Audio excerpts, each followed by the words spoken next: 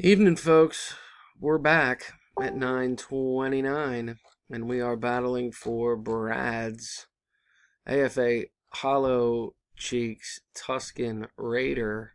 I got 60 spots that I'm going to copy and take over to random to find our big winner. There they are, 1 through 60. Gonna roll the dice, got to get at least a 5. We got a 12. We're as ready as we can be. Good luck, guys. Here we go. Shane, round 1. Oleg, round 2. And round 3. Abdul, round 4. Shane, round 5. Scott, round 6. Kenneth, round 7. Oleg again on top in round 8. And round 9. Abdul, round 10. Christopher, round 11. And our winner is Christopher Michael at number 27. Congrats, sir. Here's the official results. HHPIIQ.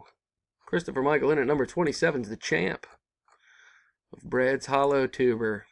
I'm done at 9:31. There it is. There it is again. Congratulations to the winner. See you next time, guys. Thank you.